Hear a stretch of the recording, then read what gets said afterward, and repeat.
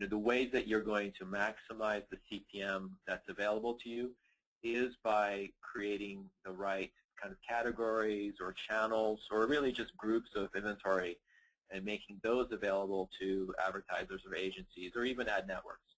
And with AdaptTV, we do this in a very flexible way by taking advantage of any unlimited number of key value pairs you wish to pass from the video player to us, the ad player. And so here we're showing an example of a publisher that's passing genre, gender, geo, etc., and then targeting on those things. Geo, of course, we're going to get from the actual ad opportunity time, so we get that from the actual browser. But the others, like genre and gender, these are things that, of course, are not part of our platform, and that's something that you as a publisher, if you have this information, whether you've gotten this because someone's logged into your system or you're getting it from a third party perhaps, you can pass that in to us and we take advantage of that at ad serving time. And in fact, what we see is that across our publisher base, those that are doing directly sold campaigns, they have some of the better ones have very fine-tuned targeting expressions. And that does generate the highest types of CPMs, and that I could say with certainty. But even in our AdaptTV marketplace, we allow for a very detailed amount of specifics, if you will, for the publisher. And I think this is a good detail to take note of as well. If you just make kind of run of inventory available in an exchange or a marketplace or to a network, you're going to probably get the CPM you expect.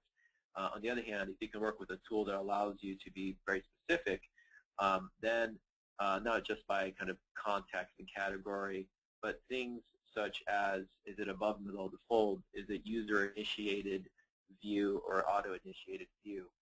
For sure, with sound or without sound. Those kinds of notions, which the video player probably knows and you know, and you can pass that to us, are very powerful. Ariel, can we just go to the next slide, and I'll close this by showing an example of a publisher taking advantage of the fine-tuning ability, and something that we offer in our platform is that, so here what we're looking at is a publisher that is looking at future demand for a particular inventory object that was created in AdaptTV. And this is an inventory object that they've placed into our marketplace.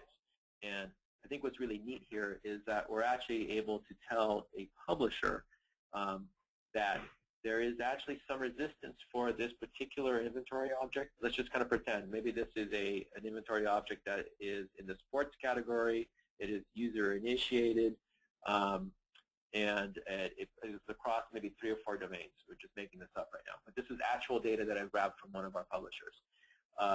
And we're seeing that, in fact, if they wish to get above $6 or $7 CPM, that's more or less where the resistance is. So once they go, if they're setting the reserve price, the blue bar, the blue chevron is the reserve price. If they set the reserve price at $4 or $5, they have an immense amount of potential ad impressions available to them in a marketplace.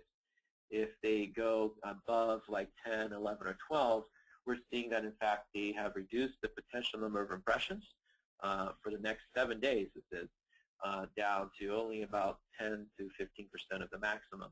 And we see that resistance happen in this particular case in the $7 to kind of $6, $7, $8 range. And this is just one specific example for one specific publisher with their, again, very specific inventory source in our marketplace.